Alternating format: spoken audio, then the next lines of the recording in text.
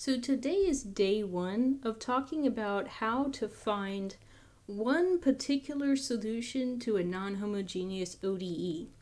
As we've discussed, if we can get one particular solution, then we can combine that particular solution with the complementary function to get the general solution to the ODE. Now, once again, sort of the theme of this part of the course is to make an educated guess and then just try and figure out how to make that guess work. And that will be true in this section as well. Method of undetermined coefficients is all about educated guesses. Now, method of undetermined coefficients only works if you're working on a non-homogeneous differential equation that has constant coefficients.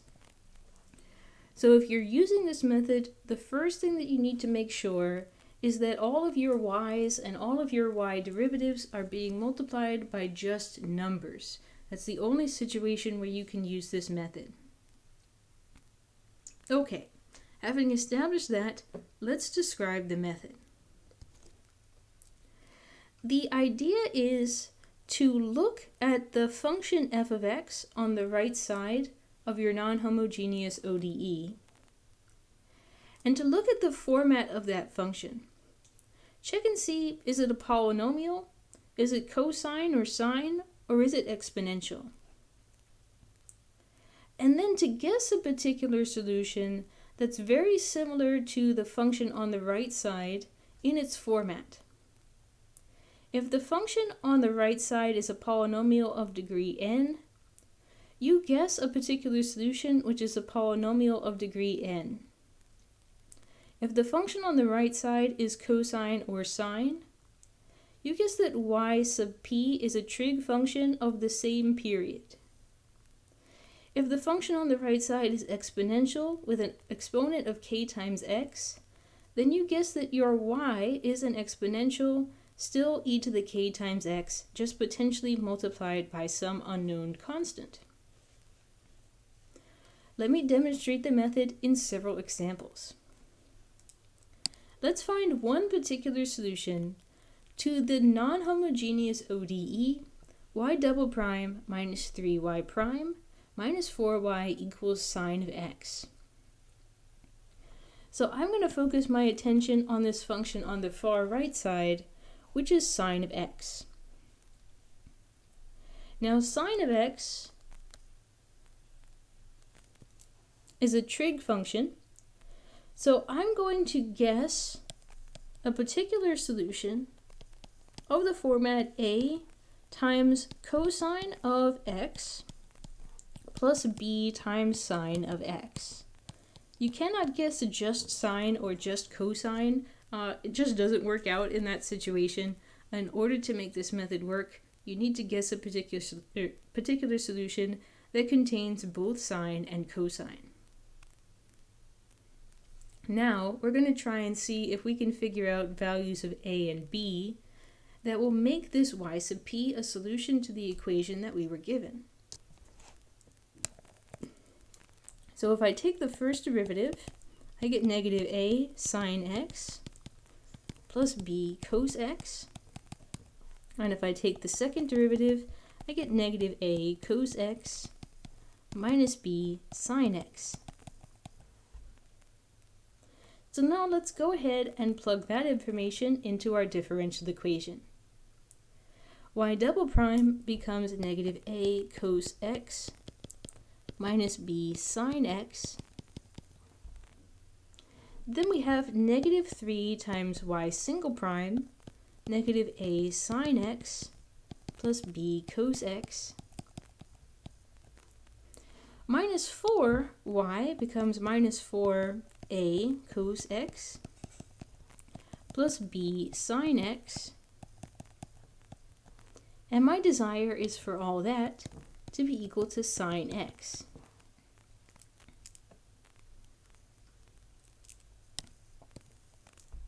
So let's go ahead and simplify this expression.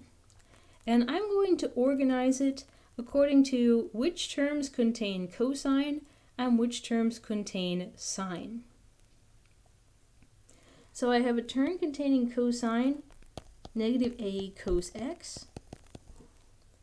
I have another term containing cosine in the second row multiplied by negative 3b cos x. And I have another term containing cosine in the third row, negative 4a cos x. Now which terms contain sine? We get a negative b sine x from the first row. We get a positive 3a sine x from the second row. And we get a negative 4b sine x from the third row. Now our goal is to make this equal to sine x. Now we have a few like terms that we can combine. If we combine the cos terms, we get negative 5a cos minus 3b cos.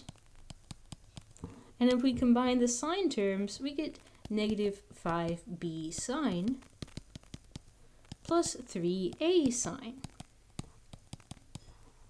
And we want this to be equal to an expression that has one sine and no cosines.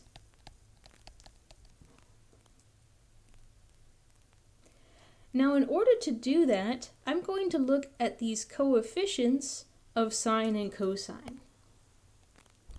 Negative 5a cosine minus 3b cosine needs to be equal to 0 cosine.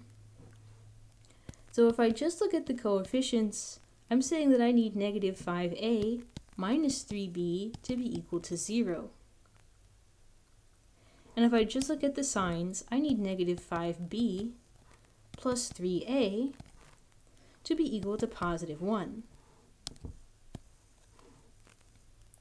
If I can just solve this system of equations, then I will be able to go ahead and figure out the values of a and b that I need for my particular solution. There are a couple of ways to solve this. I think the easiest way, in my opinion, might be method of elimination. For example, if I multiply the equation on the bottom by 5 and the equation on the top by 3, then that turns my a terms into negative 15a and positive 15a,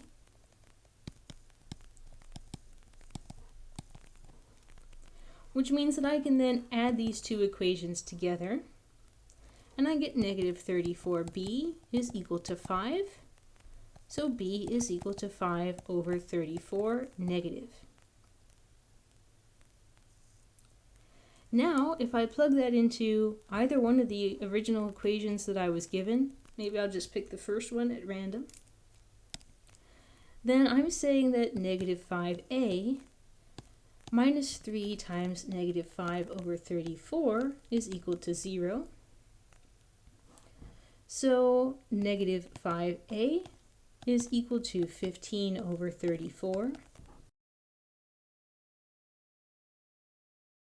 which implies that positive a is equal to negative 3 over 34. So, what's my particular solution?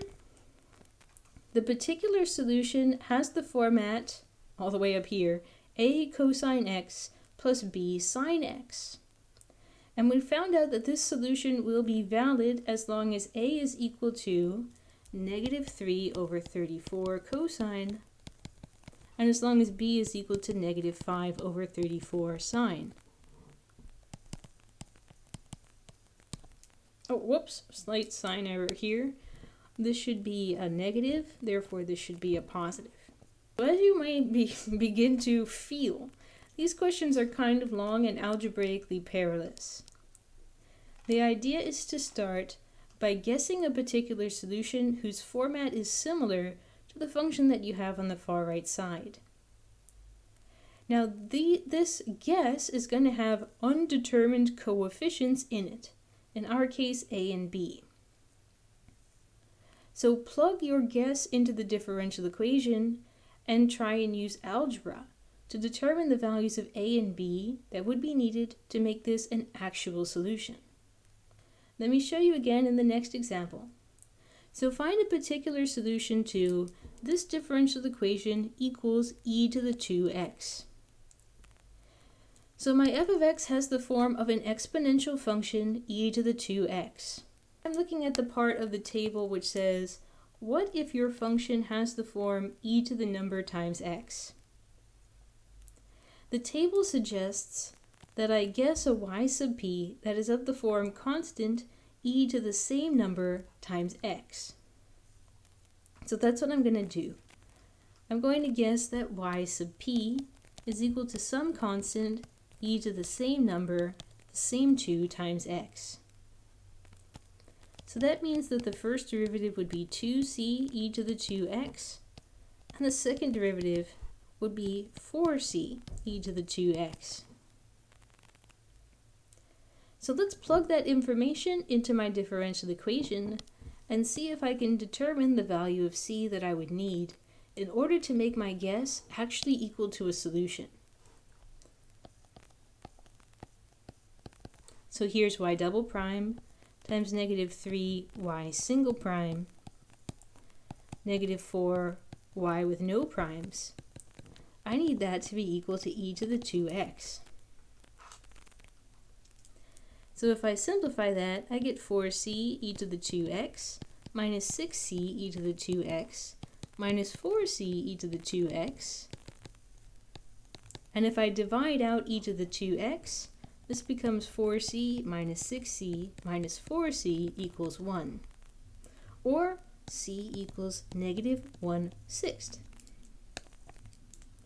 So in this case, because I only needed to find one constant instead of both a and b, it's a lot easier. And in this case, my particular solution is equal to negative 1/6 e to the 2 times x. Now let's try it in this third example.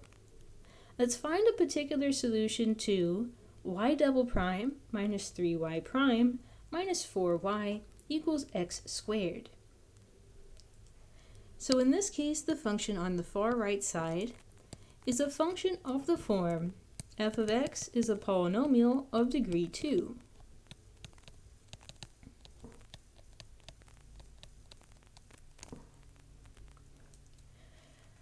So when f of x is a polynomial of degree 2, my guessing chart suggests that I should guess a particular solution which is also a polynomial of degree 2. So I'm going to guess the most generic polynomial of degree 2. I'm going to guess some number times x squared plus some number times x plus some number.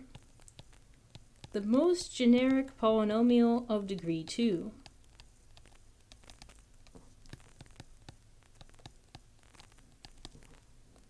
So this would imply that the first derivative is 2 times a times x plus b, and the second derivative is 2 times a. Now let's plug that into our differential equation to see what a, b, and c would need to be. So y double prime becomes 2a minus 3 times y single prime 2ax plus b minus 4y, which is ax squared plus bx plus c. I need that to be equal to x squared. So now I'm going to simplify this, and I'm going to gather terms based on who has an x squared, who has an x, and who has no x's at all, and is just constant. For x squareds, we have this term ax squared minus times negative 4. For x terms, we have one here, 2ax times negative 3, and one here, plus bx times negative 4. And for constant terms, we seem to have a lot of those. We have the 2a in front. we have the plus b times negative 3 in the second position, and then we have the plus c times negative 4 in the third position. I want that to be equal to an expression that has an x squared, but no x's and no constants. So let's have a look at the consequences of that. The consequences of the first line is that negative 4a, the coefficient of x squared, would have to be equal to 1, the coefficient of x squared on the right-hand side. Negative 6a minus 4b, the coefficient of x on the left, would have to be equal to 0, the coefficient of x on the right. And 2a minus 3b minus 4c would have to be equal to 0, the constants on the right side. So if I look at the first equation implies that a has to be equal to negative 1/4. If I stick that into the second equation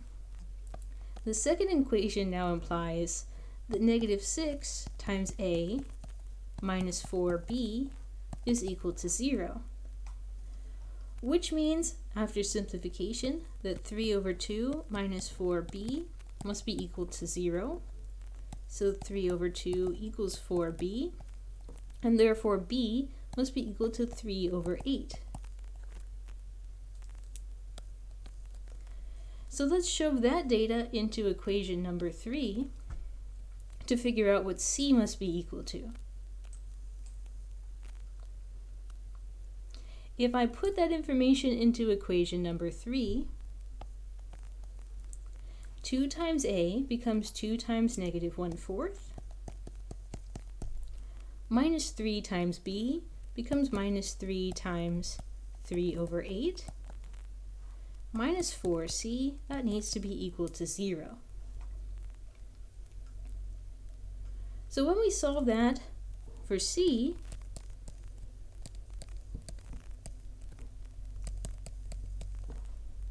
this would be what? 4/8. So negative 13 over 8 is equal to 4c. So I think that means that c has to be equal to negative 13 over 32. So our particular solution would be equal to a generic quadratic degree 2 polynomial with the values of a, b, and c that we calculated. We found that a was negative 1/4. We found that b was 3 over 8. And we found that c was negative 13 over 32. This would be one particular solution to our differential equation. Now, what happens if your f of x does not fall precisely into any one of the categories in our guessing table? What if, for example, your f of x was equal to something like x e to the 3x, which is a product of two things in your guessing table? So, in the case that your f of x is a product of two things in your guessing table,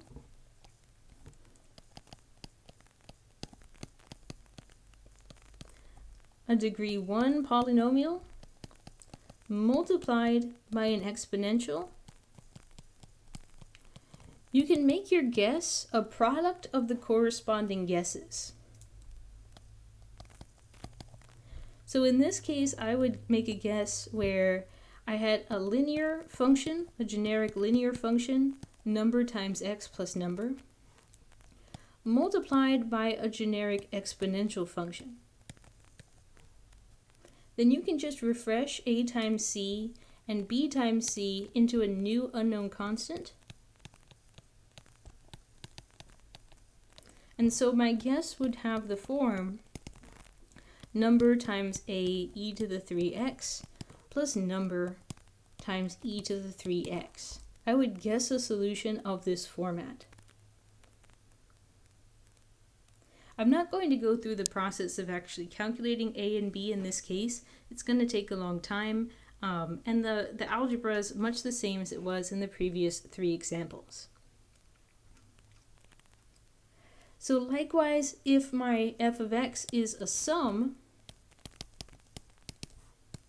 of 2 entries in the guessing table, in this case an exponential, and a constant, which is a degree 0 polynomial,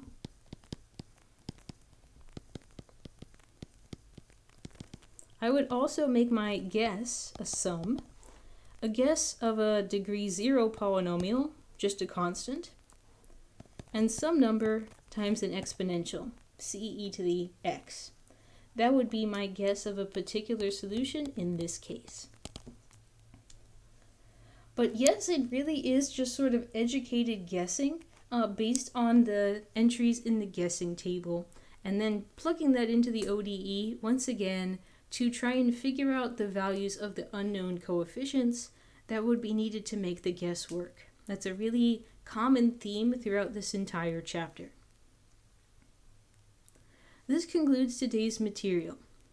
When you're working with a non-homogeneous ODE that has constant coefficients, you can guess a particular solution using the guessing table given at the start of this section. Guess a particular solution of a format similar to the function on the right side of your differential equation, and then plug that guess into the differential equation to figure out the values of the unknown coefficients that would be needed to get an actual solution to the ODE.